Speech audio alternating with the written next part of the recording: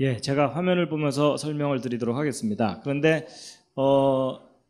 제가 지난번에 왔을 때 오늘 주제를 소개를 한 적이 있었었는지 아니면 처음인지를 제가 기억이 잘 안 나거든요. 오늘 주제 지난번에 한번 했었었나요?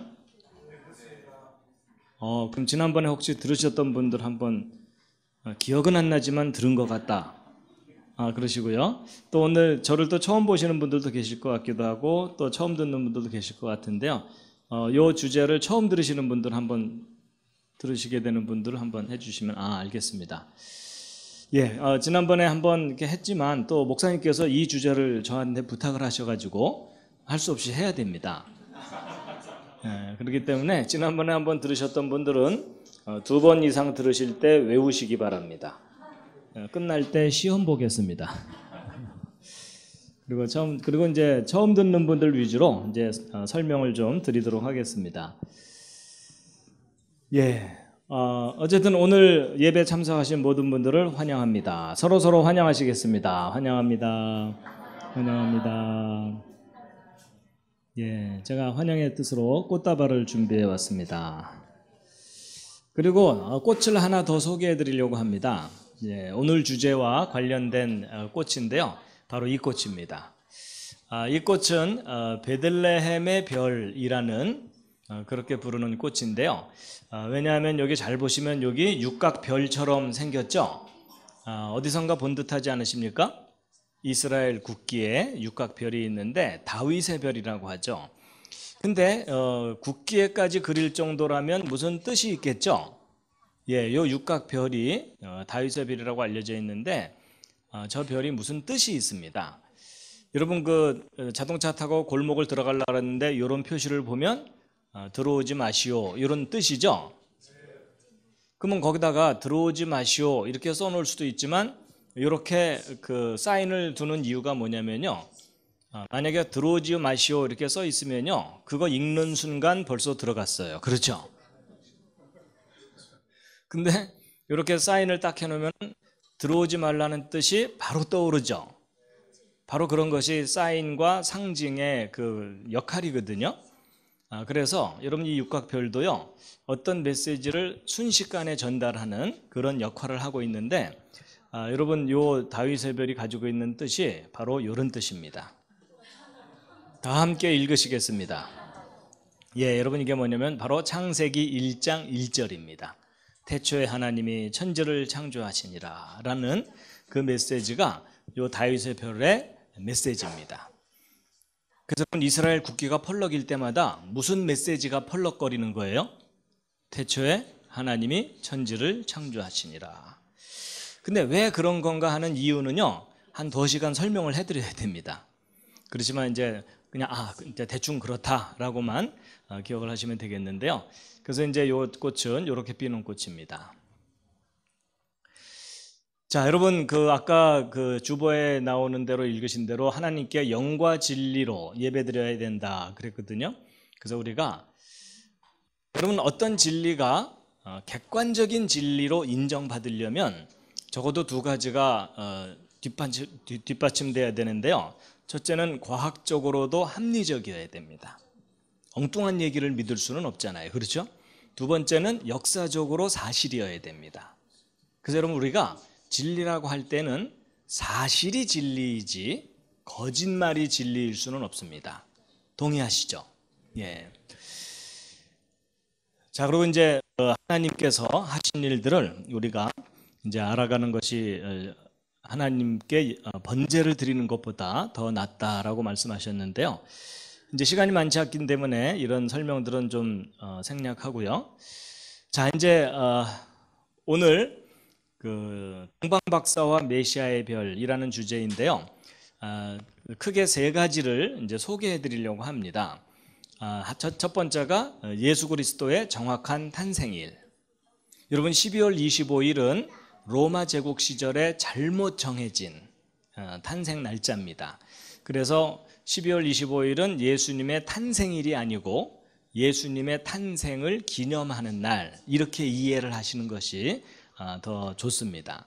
그리고 여러분 2000년 전에 예수님 탄생하실 때 동방에서 박사들이 찾아왔다라는 내용이 성경에 써 있죠. 예. 근데 그 별이 무슨 별인지를 알아냈습니다. 그래가지고 2000년 전에 예수님의 탄생을 알렸던 그 별이 무슨 별인지를 보여드리려고 합니다. 별로 안 보고 싶은 표정들이시지만 보여드릴 겁니다. 그리고 또 이제 이 내용이 좀 길어서 이 세 번째까지도 설명해 드릴 수 있을지는 모르겠는데요. 여러분, 예수님이 탄생하신 연도와 날짜를 정확하게 찾을 수가 있거든요. 그리고 나면 예수님의 2000번째 탄생 기념일이 있겠죠. 여러분, 요즘 젊은 사람들, 남녀가 서로 만난 지 100일만 돼도 기념 파티 하는 거 아시죠?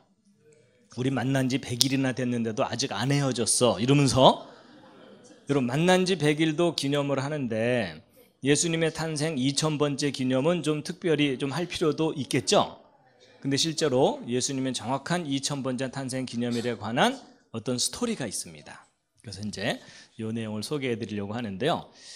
자, 오늘 읽은 본문 말씀 다시 한번 빠르게 읽겠습니다. 시작.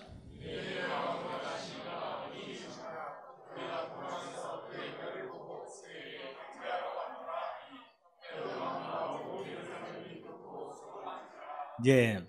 여러분, 동방 박사는 보통 세 사람이라고 많은 사람들이 알고 있지만 정확하지는 않고요. 단체로 몰려왔을 거다 이렇게 보고 있습니다. 여러분, 보통 성탄절 카드 같은 걸 보면 옛날에 이런 식의 그림들이 그려진 카드들을 보실 수도 있었는데요. 그래갖고 베들레헴이나 예루살렘 상공에 이상한 별 하나가 떠 있는데 박사들이 그걸 보면서 기뻐하는. 근데 여러분, 이런 그림은 사실적인 그림이 아닙니다. 여러분, 동방 박사들이 보았다는 그 별은 누구나 알 수 있는 별이 아니고요. 전문가들이 연구해야만 알 수 있는 별입니다. 왜냐하면 성경을 읽어보면 그것을 알 수가 있는데, 여러분, 박사들이 와가지고 왕의 탄생을 알리는 별을 보고 찾아왔다고 하니까 헤로드 왕과 예루살렘 사람들이 듣고 소동을 했다고 돼 있죠. 그렇다면 박사들이 오기 전까지는 예루살렘 사람들이 뭔가를 알았다는 거예요? 몰랐다는 거예요? 몰랐다는 거예요. 와서 얘기하니까 그때서야 그런 일이 있었어? 이렇게 된 거죠. 그리고 그 박사들은 그 별을 와서 본 거예요? 보고 온 거예요? 보고 왔어요. 그럼 여행 기간을 감안하면 적어도 몇 달 전에 그 별은 이미 나타났었던 거예요. 근데 예루살렘 사람들은 전혀 모르고 있었죠. 여러분, 누구나 쉽게 알아차릴 수 있는 별이라면 예루살렘 사람들도 벌써 알았겠죠. 그렇죠? 박사들이 왔을 때 우리도 그거 알아 이랬겠죠. 근데 전혀 모르고 있다가 뒤늦게 소동을 일으켰다는 얘기는 일반 사람들이 쉽게 알아차릴 수 있는 별은 아니었다는 거예요. 이해가 되시죠? 그래서 전문가들이 연구해야만 알 수 있는 별입니다. 그래서 이런 거 아니에요.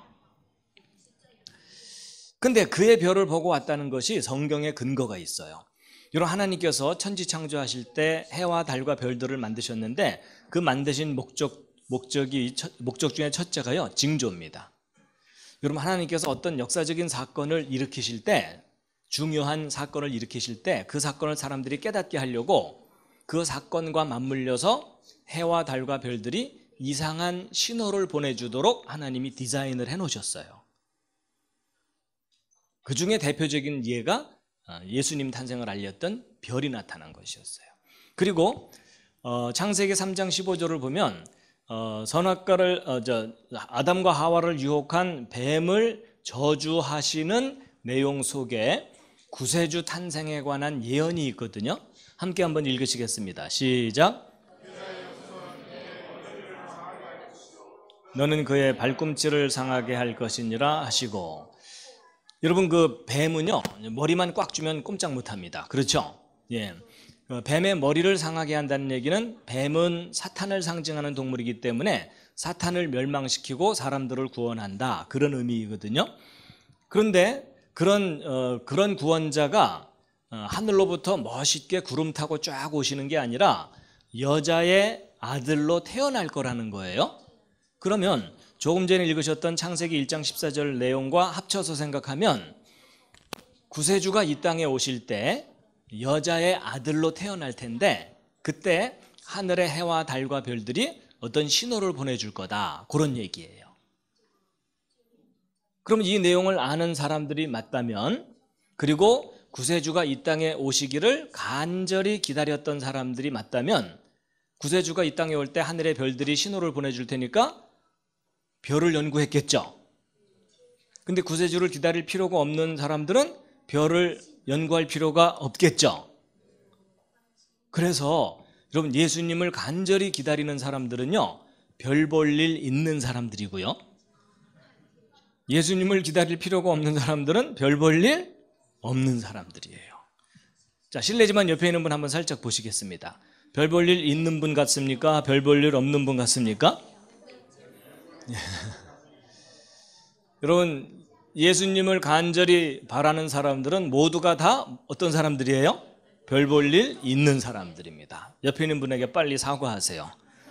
그동안 별 볼 일 없는 줄 알았습니다. 그런데 그 구세주의 탄생을 알렸던 별이 어떤 별이었겠느냐라는 것에 대해서 그동안 뭐 혜성이었을 거다, 초신성의 폭발이었을 거다, 뭐 이런 다양한 주장들이 많지만, 구체적인 객관적인 증거를 가지고 주장되는 가장 확실한 것은요, 행성들입니다. 여러분, 태양 주변에 돌고 있는 이 행성들이요, 제멋대로 돌고 있는 것 같아도 하나님이 정하신 때에 어떤 신호를 보내주도록 하나님이 설계를 해놓으신 겁니다. 자, 그래가지고 여러분, 태양 주변에 행성들이 참 많거든요. 이보다 훨씬 많아요. 그 중에 대표적인 행성들인데, 여러분 예전에 외웠던 거 기억하십니까? 수금, 지화, 목토, 천해, 명, 뭐 이렇게 배웠던 거 기억나시죠? 그래서 행성들의 상대적인 크기고, 지구가 세 번째고 목성은 제일 크고요, 태양은 뭐 엄청나게 큽니다. 그래가지고 이 앞에 행성들은 태양 주변에서 옹기종기 돌고, 뒤에 있는 큰 행성들은 바깥에서 좀 크게 도는데요. 행성들은 보통 밤하늘에 이렇게 관찰이 됩니다. 그리고 이제 얘네들은 계속 돌아다니니까 돌아다니는 별, 이런 뜻이고요. 그리고 이제 움직이지 않는 별들이 있죠. 그래서 이제 보통 행성들은 태양과 달이 지나가는 자리를 따라서 대략 관찰이 됩니다. 그런데 이제 고대로부터 그 왕의 탄생과 죽음을 나타내는 별로 알려진 행성이 있어요. 그게 뭐냐면 목성입니다. 여러분, 목성을 영어로 뭐라 그러죠? 주피터. 또 다른 이름이 제우스예요. 여러분, 왜 이름이 두 개냐면 하나는 그리스식 이름이고 하나는 로마식 이름입니다. 근데 이 목성이 그리스 로마 신화를 보면 어떤 역할을 하죠?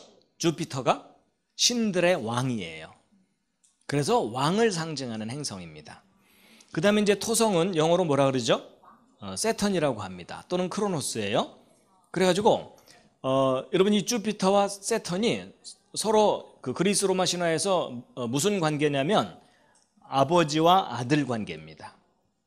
근데 이제 재미있는 것은 예수님이 탄생하신 때를 정확하게 찾은 다음에 탄생 직전 하늘을 살펴보았더니 목성과 토성이 하늘에서 만나서 이상한 춤을 춰요. 짠짠짠짠짠짠 이러면서 춤을 춰요. 평범하지 않은 아주 특별한 현상을 보이는데, 그것이 왕의 탄생을 알리는 별이었다라고 보고 있어요. 근데 좀 이따 그 행성들의 아주 이상한 움직임을 이제 컴퓨터로 보여드릴 겁니다.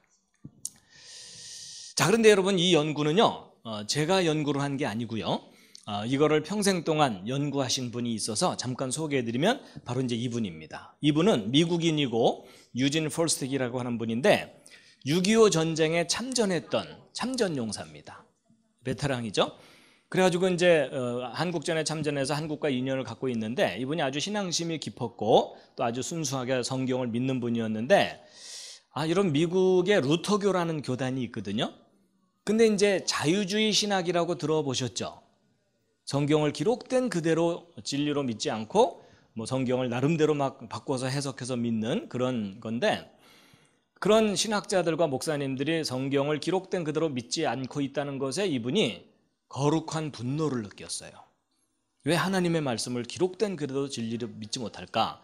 창세기부터 시작되는 그 기록이 기록된 그대로 역사적인 사실이라는 것을 내가 구체적으로 밝혀야 되겠다. 그래가지고 이분이 전기공학을 한 분이라 공학자거든요. 그래서 성경 창세기부터 시작되는 그 성경 역사를 과학적으로 검증을 해가지고 꼼꼼하게 정리를 한 거예요. 그래서 그 정리한 내용을 이 4권의 책에다가 발표를 했는데, 이분이 어느 정도나 정확하게 정리를 했냐면, 예를 들어 모세가 이집트를 탈출했다. 그 출애굽이잖아요. 그럼 이제 보통 사람들은 했겠지 뭐 이러는데, 그 모세가 이집트를 탈출한 날짜가 BC 몇 년, 몇 월, 며칠인지를 알아내는 거예요. 이럴 땐 좀 감탄하는 표정을 좀 지어주시면. 근데 그것을 알아낸 표가 바로 이 표예요. 그래가지고 여기 패스오버라고 써 있거든요. 6월절입니다. 그래서 이집트를 탈출한 그 날이 BC 1461년 3월 27일 뭐 이렇게까지. 여러분 출애굽한 날짜까지 주장하는 사람들 거의 보기 힘들죠. 근데 이게 어떻게 가능하냐? 충분히 가능해요. 지금은 과학이 발달했기 때문에.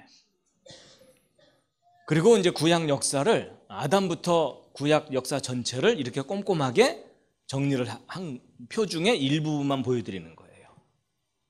그 정도가 아니라 아담이 창조된 연도와 날짜까지 추적이 가능해요. 이건 나중에 또 따로 설명을 해드려야 돼요. 그래가지고 이분이 바로 이제 이런 걸 연구하는 분야가 성경 연대기 연구입니다. 여러분 이게 연세대학 연구한다 그런 뜻이 아니고요. 연대기 연구라는 게 뭐냐면 역사 속의 중요한 사건들의 정확한 날짜까지 확인하는 일이에요. 근데 이렇게 골치 아픈 연구를 왜 하느냐? 하나님이 역사를 다스린다는 사실이 선명하게 드러납니다. 특히 2000년 전 나사렛 예수가 온 인류의 유일한 구원자라는 사실이 선명하게 드러납니다. 그래가지고 이제 이게요, 컴퓨터가 개발되기 전까지는 불가능한 일이었어요. 근데 컴퓨터가 개발되고 났더니 가능해진 거예요. 그래서 이제 천문학과 달력을 이용해 갖고 역사를 정확하게 찾는 일이 가능해졌는데, 여러분 이것은 지금부터 2400년 전쯤 일어났던 일식을 과학자들이 정확하게 추적한 거예요. 계속 좀 놀라는 표정 좀 해주세요. 네.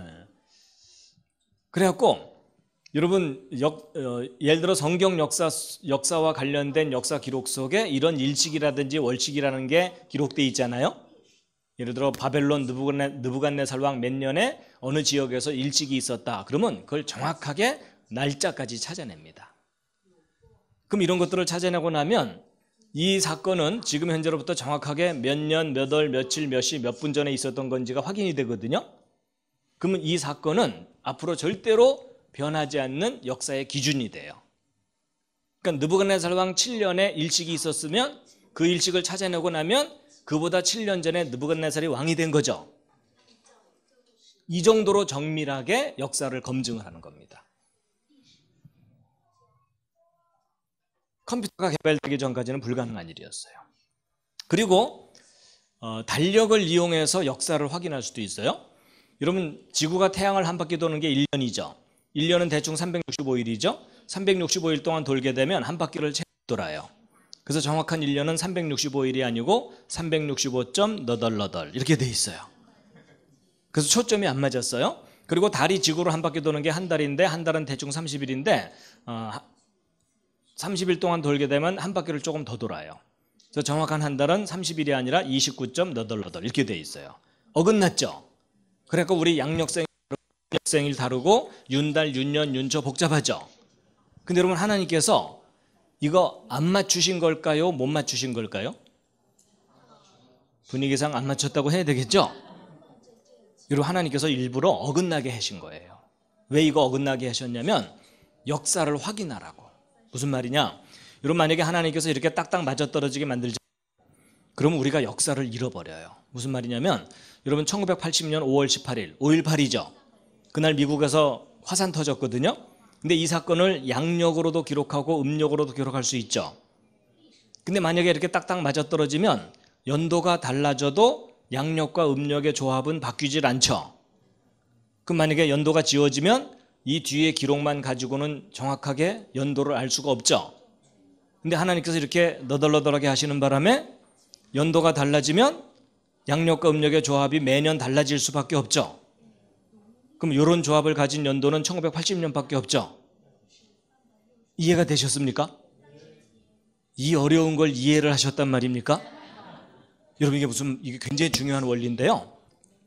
여러분 역사 속에 어떤 사건이 두 종류 이상의 달력으로 기록되어 있잖아요. 그럼 바로 이 원리 때문에 그 사건이 정확하게 몇 년, 몇 월, 며칠인지가 확인이 됩니다. 그래서 구체적인 예를 하나 더 알려드리면 여러분 1962년 1월 21일 여러분 역사적으로 굉장히 중요한 날인데 제가 태어난 날이에요. 너무 중요한 날이죠. 근데 제가 양력 날짜는 이렇지만 음력 날짜는 이렇거든요. 근데 제가 만약에 여러분에게 연도는 알려주지 않고 양력과 음력 생일만 알려줘도 제가 대충 몇 살인지 여러분이 알아낼 수가 있어요. 왜냐하면 제 양력 생일에 해당되는 음력 날짜들이 매년 달라지는 거 아시죠? 근데 19년마다 일치하거든요. 그러니까 제가 양력, 음력, 생일만 알려드려도 제가 대략 몇 살인지를 여러분이 알아낼 수가 있는 거예요. 가장 가능성이 높은 건 요거예요. 그렇죠? 근데 이쪽 가능성도 없진 않아요. 그렇죠? 제가 젊은데 좀 나이가 들어 보이거나 아니면 연세가 많으신데 건강관리를 너무 잘했거나 가능성은 가장 높지만 양쪽 가능성도 조금은 있을 수 있죠. 근데 제가 만약에 요일까지 알려드리잖아요. 그럼 거의 100%예요. 더군다나 60갑자로 알려드리면 완벽해요. 그렇죠? 그러니까 여러분 역사 속에 어떤 사건들이 두 종류 이상의 달력으로 기록되어 있으면 그게 정확하게 몇 년, 몇 월, 며칠인지가 확인이 되는 거예요. 바로 이런 원리를 이용해서 예수님의 정확한 탄생 날짜를 알아낸 거예요. 이해되시죠? 근데 여러분 표정은 뭐 그런 것까지 알아낼 필요가 있나 이런 표정들이 있어요. 자, 그래서 이제 이런 건 이제 보충 설명이라서 좀 시간 관계상 넘어가고요.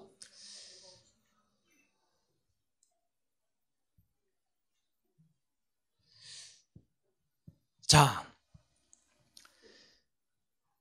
근데 이제 이걸 연구하신 분이 이런 모든 내용을 이제 알게 됐거든요. 그래서 구약 역사를 정확하게 정리하고 났더니 모든 역사적인 증거가 나사렛 예수가 하나님이 보내신 구세주라는 사실이 선명하게 드러나는 거예요. 그래서 이분이 이건 예수님이 메시아라는 객관적인 증거를 드러내는 거다 이래갖고 그리스도인들한테 기독교인들에게 이걸 열심히 알려주려고 그랬더니 사람들이요 귀찮아하는 거예요. 아, 예수 믿고 구원받으면 됐지 뭘 저렇게 복잡하게 따져 이러면서 관심이 없는 거예요. 그래서 이분이 실망을 하다가 자기가 연구한 내용이 누구에게 중요한지 알게 됐어요. 유대인들이에요. 여러분 구약 역사는 우리한테는 남의 나라 역사잖아요. 수능에도 안 나오잖아요. 그렇죠? 근데 이스라엘 사람들은 자기들 역사죠. 근데 구약 역사를 정리하면 정확하게 정리하면 예수님이 메시아라는 사실이 선명하게 드러나거든요. 그래서 그때부터 이스라엘 사람들 전도하는 일에 열심을 쏟은 거예요. 당신들 구약 역사를 정리하면 예수가 메시아라는 사실이 드러난다. 이렇게 된 거거든요. 그래갖고 이제 이스라엘을 전도하러 다니다가 한국을 방문하게 됐어요. 여러분 이제 그 한국을 방문해갖고 누구하고 연결이 됐냐면 그 예수원이라고 아시죠? 예, 강원도 태백의 그 수도원인데 그걸 설립하신 분이 네덜란드 분이신데 아처 토레이 또는 대천덕 신부님이라고 하는 분인데 천주교 쪽 신부가 아니라 영국 성공회 쪽 신부라서 개신교 쪽에 가까운 이제 어떻게 연결이 됐냐면 이스라엘에 유학을 간 한국인 유학생 지금은 이제 목사님이 되셨지만 이분이 연구한 이 책을 대천덕 신부님에게 선물을 해드렸는데 신부님이 바빠서 못 보다가 병원에 입원하시게 되면 시간이 많아지죠. 그래서 병원에 입원하셨을 때 이 책을 자세하게 읽으면서 너무너무 신선한 충격을 받은 거예요. 주변 분들의 증언에 의하면 신부님이 이렇게까지 흥분하며 기뻐한 적이 없었대요. 너무나 귀한 연구 내용이라서. 그래서 이것을 한국교회에 널리 알려야 된다 이래가지고 이분이 이 대천덕 신부님이 이분을 어디에 추천을 해주셨냐면요, 안동대학교에 소개를 해주신 거예요. 1995년에 개교를 했거든요. 그래서 마침 이번에 새로운 기독교 대학이 열리니까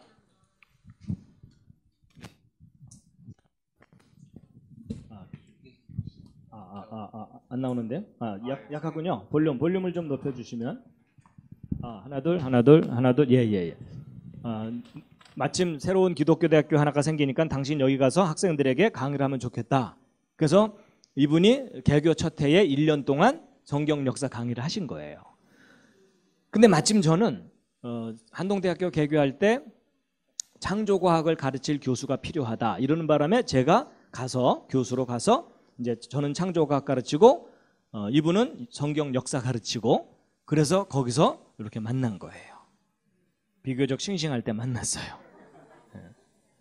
근데 이분이 저를 만나더니 좀 사귀면서 저를 좋아하기 시작하는 거예요. 왜냐하면 제가 과학을 공부했는데도 성경 창세기를 기록된 그대로 믿으니까 기특해서 그리고 나 같은 바보가 또 있구나 이러면서 이제 저한테 그분이 연구한 모든 내용을 다 주신 거예요. 그리고 제가 그 내용을 읽고 공부하면서 저도 깜짝 놀란 거예요. 이렇게까지 성경 역사를 정확하게 과학적으로 검증해서 정리한 걸 못 봤거든요. 그동안. 그래서 이제 그 후에 이제 미국에 가서 만나기도 했는데 지금은 이제 소천하셨어요. 대천덕 신부님도 소천하셨고. 근데 그 대천덕 신부님께서 이분이 연구한 내용을 기독교계에 반드시 알려야 된다 하고 유언을 하셨어요. 그래서 제가 이제 엊그제 예수원 다녀왔거든요. 거기서 또 이 내용을 특강을 좀 이틀 동안 하고 왔는데 어쨌든 이제 그런 거라서 그래서 이제 그분이 맨 첫 입학생들하고 어울렸던 사진이고요. 근데 이분이 연구하신 그 방대한 내용 중에 그 중에 한 주제가 동방박사 이야기예요. 여기까지가 서론이에요. 자, 시간이 없으니까 이제 빨리 가겠습니다. 아까 말씀드린 대로 12월 25일은 예수님의 진짜 탄생 날짜가 아니라서 전 세계적으로 성탄절이 통일돼 있지도 않아요. 그래갖고 교황조차도 성탄절 잘못됐다 뭐 이렇게 발표하기도 했고, 예. 12월 25일을 성탄절로 정하게 된 몇 가지 주장들이 있어요. 그렇지만 이것은 정확한 것이 아니기 때문에 큰 의미가 없고요. 그리고 금년이 2019년이죠. 예수님 탄생을 기준으로 뭐 연도를 셌다라고 보통은 알려져 있죠. 그렇지만 예수님이 탄생하신 연도도 2019년 전이 아니에요. 왜냐하면 예수님이 탄생하셨을 때부터 연도를 셌으면 틀릴 리가 없겠죠. 근데 예수님 탄생 후 500년쯤 지난 후에 뒤늦게 예수님 탄생 날짜를 확인하려다 보니까 그때 기술로는 정확할 수가 없었던 거예요. 그래서 지금부터 1487년 전 AD 532년에 계산을 한 거예요. 그래서 예수는 약 500년 전에 죽었고 3월 25일 춘분점에 부활했다라는 것을 근거로 그럼 500년 전에 십자가에서 죽으셨으면 30여 년 전에 탄생하셨을 것 같다 이러면서 정하게 된 거예요. 그럼 예수님의 탄생을 정확하게 알게 하는 그 근거들이 있느냐? 그 중에 하나가 헤롯 왕이에요. 여러분 헤롯 왕이 아기 예수 죽이려고 했던 거 아시죠? 왕권에 대한 집착이 강했는데 박사들이 와가지고 왕이 또 탄생했다 그러니까 죽여야 되는데 정확하게 누군지를 모르니까 박사들이 별이 나타난 때가 언제인지를 물어본 다음에 박사들에게 2살 이하를 다 죽였죠. 그래서 예수님도 죽을 뻔하셨죠. 근데 천사들의 지시를 받고 이집트에 도망갔다가 오는 바람에 살아난 거죠. 그 사이에 2살 이하는 다 죽었죠. 그래서 여러분 예수님이 또래 친구 없다는 거 아세요?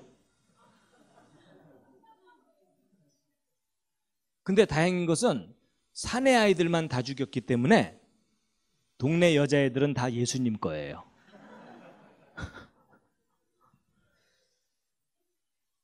근데 역사 기록을 읽어보면 저 끔찍한 영아 살해 사건을 일으킨 그 헤롯이요, 저 사건을 일으키자마자 곧바로 죽어요.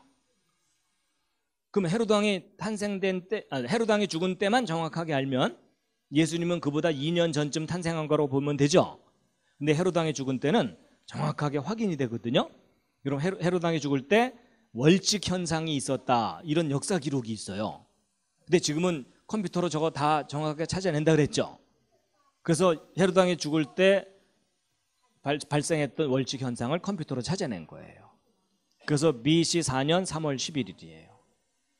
그럼 예수님은 그보다 2년 전에 탄생하셨기 때문에 BC 6년이 되겠죠. 그래서 예수님은 BC 6년경 탄생하신 것을 뒷받침해주는 또 다른 증거들도 있고요. 근데 우리가 예수님의 정확한 탄생 날짜를 알아야 되겠죠. 근데 예수님의 탄생 날짜를 알 수 있는 기록을 발견을 했어요. 여러분, 초대교회 지도자 중에 세인트 클레멘트라는 분이 있는데, 이분이 여기저기를 돌아다니다가 이집트의 알렉산드리아에 그때 세계에서 제일 큰 도서관이 있었거든요. 전 세계 모든 중요한 자료가 모인다는 뜻이에요. 그래서 여기서 활동하던 기간에 그리스도의 탄생에 관한 몇 가지 기록을 수집을 했어요. 근데 그걸 하나하나 검증해 봤더니 객관적으로 검증되는 정확한 탄생 날짜가 있는 거예요. 근데 그게 이집트 달력으로 기록돼 있거든요. 근데 이집트 달력은 양력도 아니고 음력도 아니고 시리우스라는 별을 이용한 달력이에요. 그러니까 요 날짜를 일단 예수님은 유대인이기 때문에 이스라엘 음력 달력으로 날짜를 바꿔줘야 돼요. 그래서 예수님의 탄생 날짜는 바로 요 날이에요. 여러분, 출애굽할 때 하나님이 만들어주신 달력인데 음력 달력이거든요. 그래서 둘째 달 28일이에요. 자, 요게 중요합니다. 몇째 달 며칠이라고요?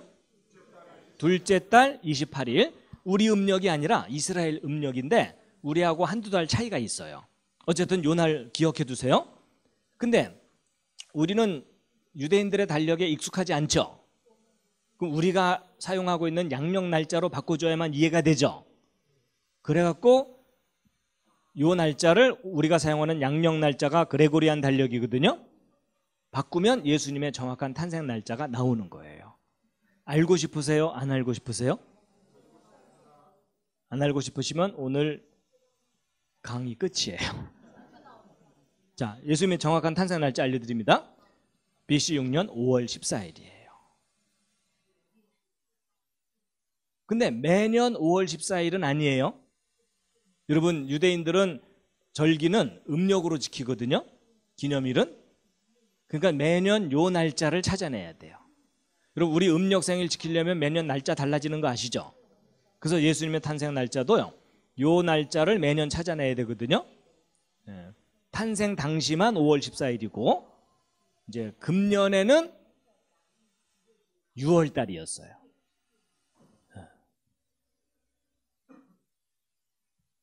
자, 그렇다면 예수님이 탄생하신 이 날짜가 맞다는 또 다른 증거가 있느냐? 그게 바로 요 그림이에요. 여러분, 예수님이 탄생하신 것이 BC 6년 5월 14일이 맞다면 요 날짜를 검증해주는 중요한 사건이 뭐냐면 세례 요한의 탄생이에요. 여러분, 세례 요한은 예수님보다 5개월 먼저 탄생하시거든요. 성경에는 6째 딸이라고 돼 있지만 6째 딸이 시작될 때 방문했다고 돼 있기 때문에 5째 딸이 지난 직후란 뜻이에요. 그래서 예수님과 세례 요한은 5개월 간격이에요. 그러면 세례 요한이 탄생된 때는 요때가 되겠죠. 12월 중순. 근데 세례 요한이 임신된 때도 찾을 수도 있겠죠. 정상적인 임신 기간 거슬러 올라가면. 그러면 요때 세례 요한이 잉태된 때라는 걸 알 수 있겠죠. 근데 여러분, 요때가 세례 요한이 잉태된 때라는 것이 검증이 돼요.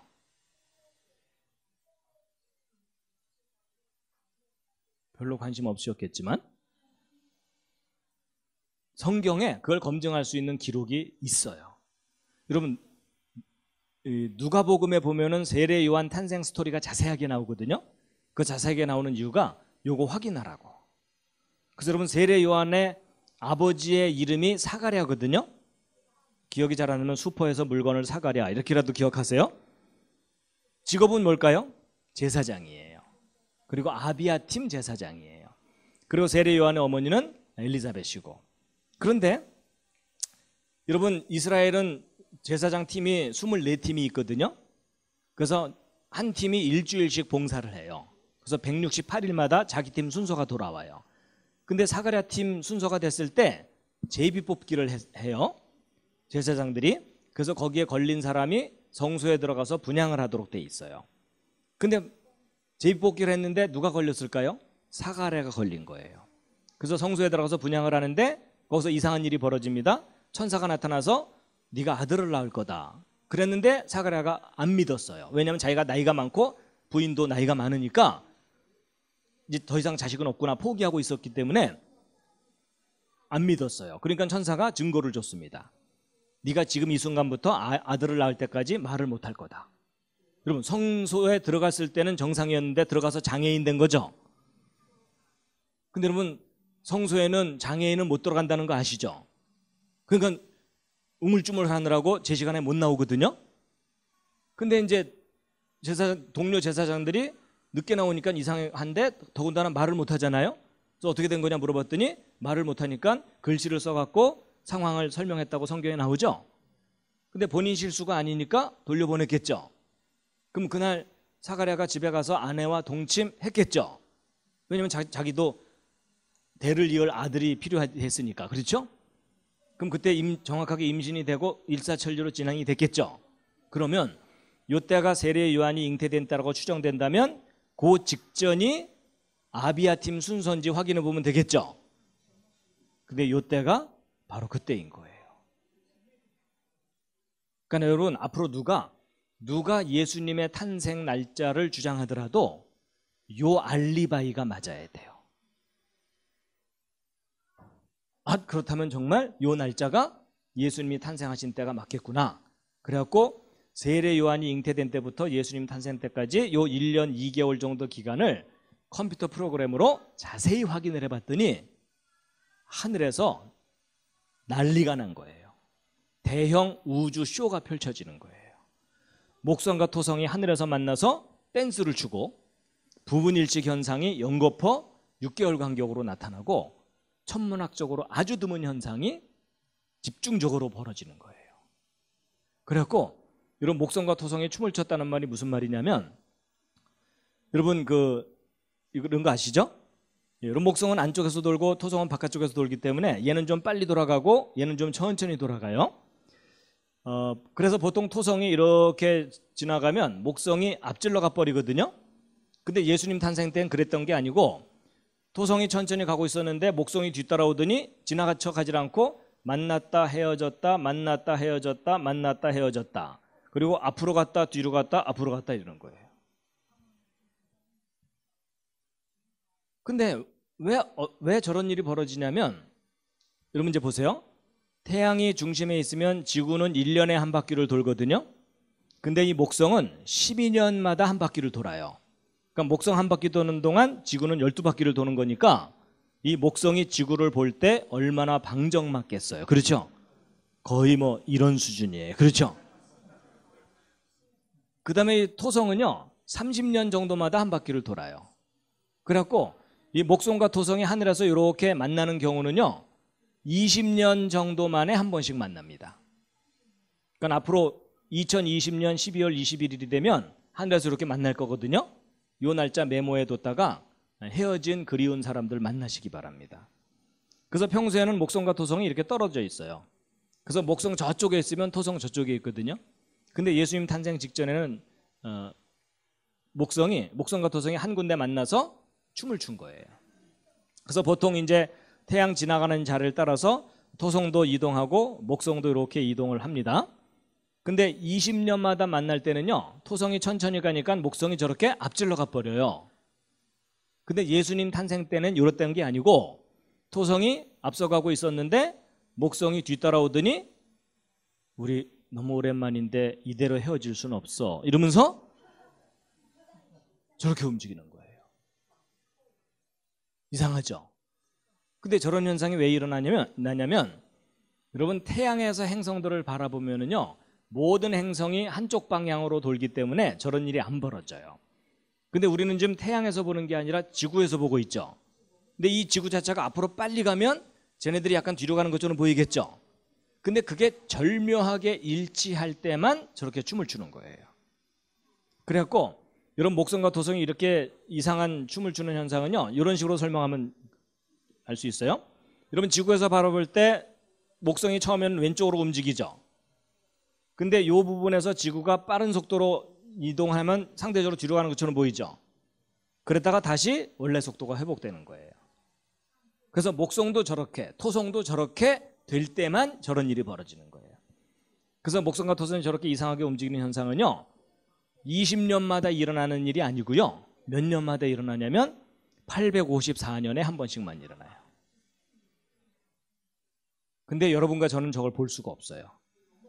저게 일어날 때 태어나셨어야 돼요. 근데 자기 생애에서 저걸 한번 봤다. 한 번 더 보려면 854년을 죽지 않고 버텨야 돼요. 와, 주여, 저는 한 번 더 봐야 되겠나이다. 이렇게 돼요. 근데 바로 그게 예수님 탄생 직전인 BC 7년에 저 일이 있었던 거예요. 근데 그럼 이런 일이 854년마다 있으면 그 전에도 있었고 그 이후에도 있겠죠. 실제로 컴퓨터 프로그램을 확인해 보면요, 다 확인이 돼요. 그러면 목성토성 춤추는 것이 예수님이 이 땅에 오시는 증거라면 예수님은 몇 년마다 오셔야 돼요? 854년마다 오셔갖고 그때마다 십자가에 달리셔야 되죠. 그러면서 뭐라고 외치셔야 돼요? 아니, 다 이루었으면 다시 올 필요가 없죠. 금년에도 다 해결을 못했다. 계속 할부로 해줄게. 이래야 돼요. 그렇죠? 근데 여러분, 이때도 아니고 이때도 아니고 이때도 아니고 이때가 구세주가 이 땅에 오실 때라는 것이 성경에 예언이 돼 있어요. 그러니까 성경 예언과 목성토성의 사인이 일치한 때는 BC 7년밖에 없어요. 그래가지고 이제 그것이 이제 다니엘서에 자세하게 나오거든요. 근데 이건 시간상 설명을 좀 줄이고요. 여러분, 이 목성과 토성의 하늘에서 만나서 춤췄던 그 상황을 컴퓨터 프로그램으로 이제 보여드릴게요.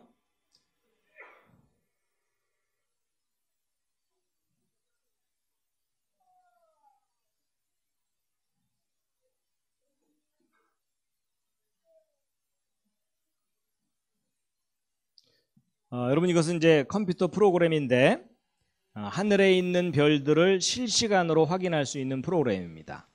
그래서 여러분, 이게 지금 뭐냐면 지금 현재 서울에서 하늘을 봤을 때 태양과 행성들의 위치입니다.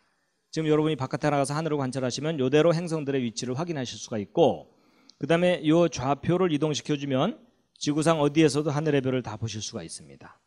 그리고 이것도 실시간으로 이동시킬 수가 있어요. 그리고 오늘 저녁에 해가 지고 나면 하늘의 별들이 이렇게 나타날 거예요. 그리고 이 움직이는 속도도 얼마든지 조절해 줄 수가 있습니다. 그리고 이걸 또 거꾸로 돌리면 과거로 돌아갈 수가 있어요. 근데 이 프로그램이 얼마나 정확하냐면 아까 말씀드린 대로 3000년 전 일찍 현상을 확인합니다. 그래가지고 바로 이제 이 프로그램을 이용해서 예수님이 탄생하시기 직전에 그 별들의 움직임을 잠깐 보여드리면,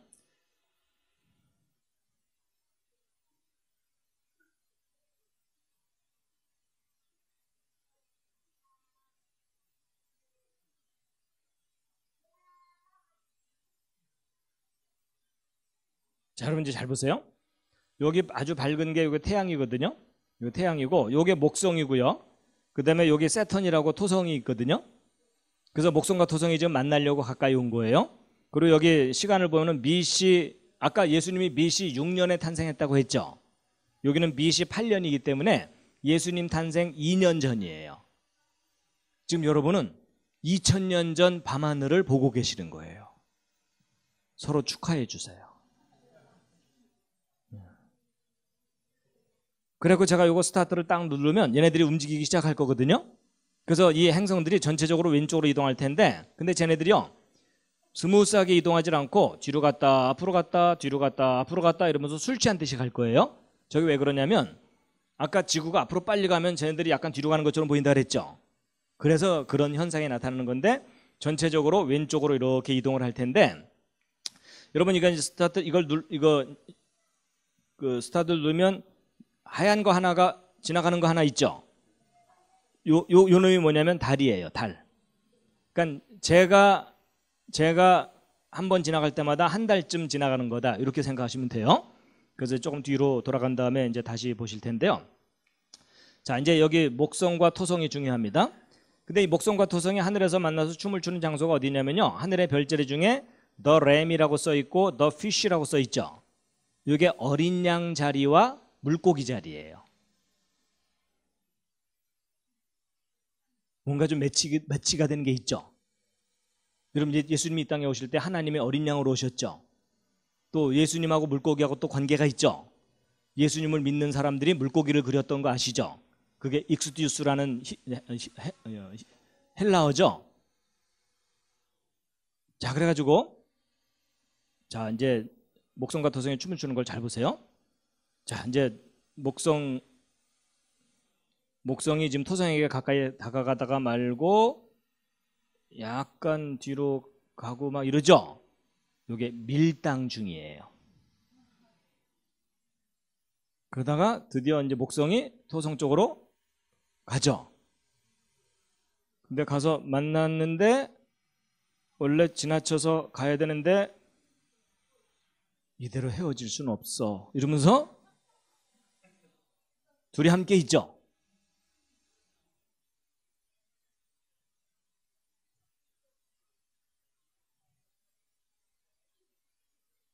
보셨죠?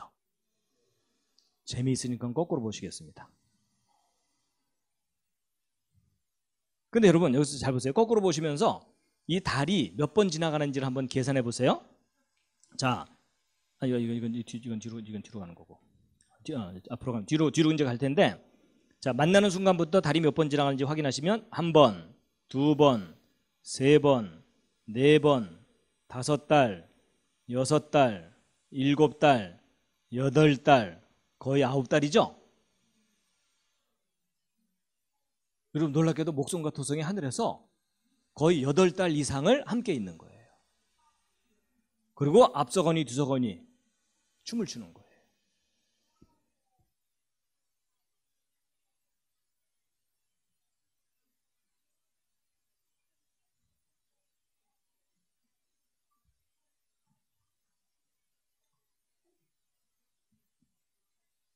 서로 축하해 주세요. 축하합니다.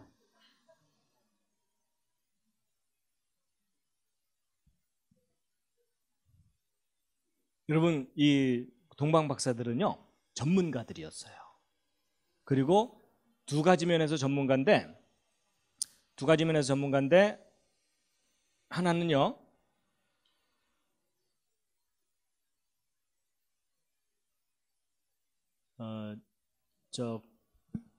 천문학자들입니다.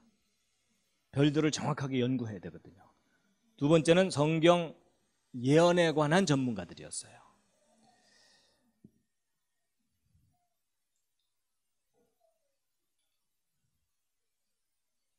자, 기지개 한번 살짝 켜주겠습니다. 어떻게 재밌으신가요? 자, 이제 시간이 뭐 조금 남았기 때문에 10분 이내에 이제 예수님의 탄생 2000번째, 세 번째 주제를 아주 빠른 속도로 말씀드릴 텐데요. 여러분 아까 예수님의 탄생 날짜가 BC 6년 음력으로 둘째 달 28일 기억나시죠? 그리고 양력으로는 5월 14일이죠. 근데 이때로부터 2000년 지난 후면 2000번째 탄생 기념일이죠. 그렇죠? 그때의 이제 스토리를 얘기해 드릴 텐데, 여러분 BC 6년 요때가 탄생하신 때라면 그로부터 2000년 됐을 때가 몇 년도가 되죠? 이게 마이너스 6년이니까 1994년일 것 같은데 1995년이에요. 왜냐하면 여러분 BC 1년과 AD 1년 사이에 0년 없는 거 아시죠? 그러니까 1년 빼줘야 되기 때문에 예수님의 정확한 2000번째 탄생이 되는 해는 1995년이에요. 근데 사람들은 그걸 몰랐기 때문에 서기 2000년에 성대하게 했겠죠? 근데 사실은 예수님의 2000번째 탄생 기념은 1995년인 거예요. 근데 재밌는 것은 1995년에 한동대학교가 개교를 한 거예요. 근데 놀라운 것은 뭐 개교한 건 중요한 게 아닌데 이걸 평생 연구하신 분이 요 해에 여기로 왔던 거예요. 그러니까 이분이 3월 달부터 강의를 했거든요. 근데 요 때에 예수님의 탄생 날짜는 5월 28일이에요. 요 날짜를 양력으로 바꾸면. 그러니까 이분이 5월 달이 되자마자 자기 클래스에 있는 학생들에게 설명을 해주기 시작하는 거예요. 본인이 평생 연구한 결과에 의하면 이번 달에 예수님의 탄생 날짜가 있다. 근데 그것도 2000번째 탄생 기념일이다. 비록 학생들이 혼수 상태이긴 했어도, 왜냐면 이분은 영어로밖에는 강의를 안 하시거든요. 그 어려운 구약 역사 이야기를. 혼수 상태이긴 했어도 그래도 알아듣는 학생들이 있었겠죠. 그러니까 학생들이 이제 어떻게 할까 하고 서로 이렇게 이야기하다가 저분의 이야기가 틀릴 수도 있지만 이렇게까지 구체적인 근거로 이야기하는 사람은 처음 봤잖아요. 그러니까 아닐 수도 있지만 가능성도 있다. 근데 이분은 이 날짜에 맞춰서 예루살렘을 가시겠다는 거예요. 뭐 가는 걸 말릴 수는 없잖아요. 근데 학생들이 함께 갈 수는 없으니까 보내드리기는 했는데, 그렇다면 예수님의 2000번째 탄생 기념일이니까 예수님께 생일 선물을 좀 해드려야 되잖아요. 그리고 학생들이 서로 의견을 모아갖고 취지를 설명한 다음에 예수님께 2000송이 장미를 해드리기로 한 거예요. 그래서 실제로 학생들이 모금을 했거든요. 그랬더니 2000송이 장미를 사기에는 조금 부족한 돈이 모인 거예요. 그래갖고 그것을 이분에게 전달을 해드렸거든요. 그랬더니 이분이 깜짝 놀라는 거예요. 왜냐? 장미값 좀 부족하다 그랬죠? 자기가 얼마 전에 어떤 사람들한테 요 얘기를 했는데 헌금을 해준 게 있대요. 근데 그 돈하고 학생들이 모은 돈을 합쳤더니 2000송이 장미값이 된 거예요. 그래갖고 이분이 2000송이 장미를 직접 사갖고 가면은 시들으니까 이제 그 돈만 가지고 예루살렘으로 가신 거예요. 근데 여러분, 제가 가만 생각해 봤더니 이분이 현대판 동방박사예요. 왜? 예수님의 탄생 날짜 정확하게 알아냈잖아요. 그리고 별을 연구해서 확인했잖아요. 그리고 예물을 들고 갔잖아요. 그렇죠? 근데 또 재미있는 건 뭐냐면 저분이 미국 아이오와 사시는 분이라서 미국에서 출발해서 예루살렘을 갔으면 서쪽에서 가는 거였거든요. 근데 이분이 희한하게도 그 해에 한국의 포항에 있는 바람에 거기서 출발해서 예루살렘을 갔으니까 동쪽에서 간 거죠. 참 재밌죠. 그래갖고 이분이 이제 예수님의 2000번째 탄생 기념이 되는 그때에 꽃을 든 남자로 예루살렘을 가셨는데, 요 날짜에 맞춰서는 여기 베들레헴을 가셨어요. 그래서 기념을 하신 다음에 이제 예루살렘으로 돌아왔거든요. 여기 이제 예수님이 탄생하셨다고 여겨지는 장소이죠. 예루살렘에 돌아왔는데 2000송이 장미를 예수님께 드려야 되죠. 근데 예수님께 드리려면 죽어야 되잖아요. 근데 그럴 수는 없으니까 어떡 할까 그러다가 이분이 2000송이 장미를 사가지고 어디를 갔냐면 통곡의 벽을 간 거예요. 그래가지고서 통곡의 벽은 1967년에 이스라엘 군인들이 여기를 되찾았거든요. 그래가지고서 여기서 이제 사람들이 기도하고 그러는 곳인데 2000년 만에 예루살렘 성전 벽을 찾은 거죠. 그래서 2차 세계대전 끝나고 나서 유대인들이 나라를 세웠는데 아직도 예루살렘은 회복을 못했었어요. 그러다가 1967년 6.1 전쟁 때 이 세 나라를 집중 공격해가지고 선제 공격을 해가지고서 6일 만에 전쟁을 승리하고 이 넓은 땅을 뺏었을 뿐만 아니라 제일 중요한 건 예루살렘이죠. 그래서 예루살렘 이 서쪽 벽 쪽으로 진격해와서 이걸 뺏었다가 여기는 돌려주고 요 서쪽 벽까지만 차지하게 됐는데, 근데 서쪽 벽 차지한 것도 중요하지만 지금은 인구가 많아서 예루살렘이 이렇게 크지만 여기 조그맣게 보이는 게 구예루살렘이거든요. 다윗성 예루살렘. 근데 이 성의 모습이 계속 변했어요. 그러니까 거룩한 성 예루살렘 그럴 때는 다윗이 맨 처음 수도로 정한 예루살렘이거든요. 근데 그거는 요 밑에 쪽에 이렇게 있어요. 근데 유대 군대가 어쨌든 이 전체를 장악하게 된 거예요. 근데 그게 예수님의 예언이 이루어진 거예요. 이방인의 때가 끝나면 예루살렘을 되찾을 거다 그랬거든요. 그래서 예루살렘을 드디어 유대 군대들이 지배하기 시작한 거예요. 그런데 바로 이 예루살렘을 되찾은 것을 기념해가지고 예수님의 예언이고요. 그게 바로 이제 1967년 6월 7일이고 그게 예루살렘의 날이거든요. 예루살렘을 되찾은 날. 그래서 유대인들은 이 날만 되면 자기들 국기 들고 나와서 여호와께 찬양하라, 여호와께 감사하라 이래요. 근데 놀라운 게 뭐냐면 예루살렘을 되찾은 요 날짜의 음력 날짜가 며칠이냐면요, 둘째 달 28일이에요. 무슨 날이에요? 예수님 탄생일이죠? 이게 무슨 말이냐면 이스라엘 사람들은요, 예수님이 탄생하신 날만 되잖아요. 그러면 여호와께 감사하라, 여호와를 찬양하라 이러는 거예요. 여러분, 유대인들이 예수님 믿어요, 안 믿어요? 안 믿어요. 근데 희한하게도 그날만 되면 하나님께 감사하는 거예요. 바로 예수님 탄생일이잖아요. 그렇죠? 근데 그 정도가 아니고요. 보세요. 여러분, 예수님이 탄생하신 날이 BC 6년 양력 5월 14일, 음력 2월 28일이죠. 근데 먼 훗날, 이스라엘 멸망한 이후에 먼 훗날 이스라엘이 독립을 하죠. 1948년에. 이건 나라를 세운 거고요. 그 다음에 예루살렘 회복한 건 수도를 회복한 거죠. 근데 그게 양력으로 6월 7일이지만 음력으로는 예수님의 탄생의 날짜와 같은 날이죠. 근데 1948년에 이스라엘이 독립했죠. 여러분, 이스라엘 독립기념일이 며칠이냐면 1948년 5월 14일이에요. 여러분, 놀라운 사실이 예수님의 탄생하신 그 날짜들이요, 예언의 날짜들이었던 거예요. 먼 훗날 나라를 되찾을 거고 예루살렘을 되찾을 거다. 여러분, 예수님은 유대인의 왕으로 오셨죠? 그리고 왕이 해야 될 일은 뭐예요? 나라를 잃어버리면 나라를 되찾아야 되고, 수도를 빼앗겼으면 수도를 되찾아야 되죠.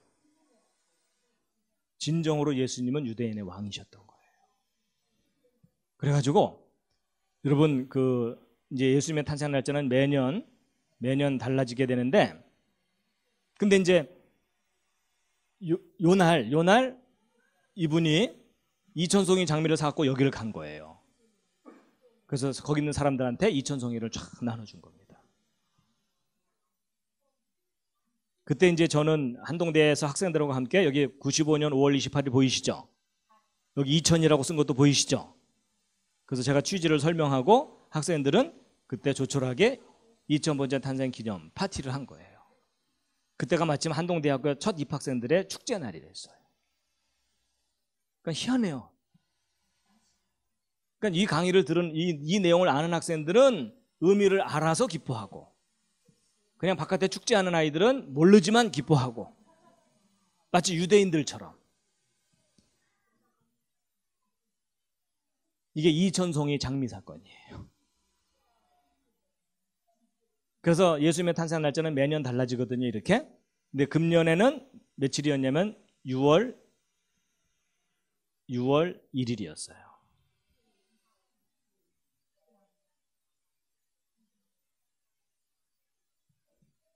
재미있으셨습니까? 재미도 있지만 중요한 요점이 뭐냐면 하나님은 역사를 다스리고 계십니다. 그것도 아주 정확하게 의미를 가지고 그 하나님을 우리가 믿고 있는 겁니다. 잠깐 기도하고 마치겠습니다. 하나님, 역사를 다스리시는 하나님을 알게 하시니 감사드립니다. 저희들이 믿는 하나님, 참 하나님이시며 세상을 다스리시는 하나님이십니다. 저희들이 그 하나님의 명령을 따라 살게 하여 주시옵소서. 감사드리며 예수님의 이름으로 기도드렸습니다.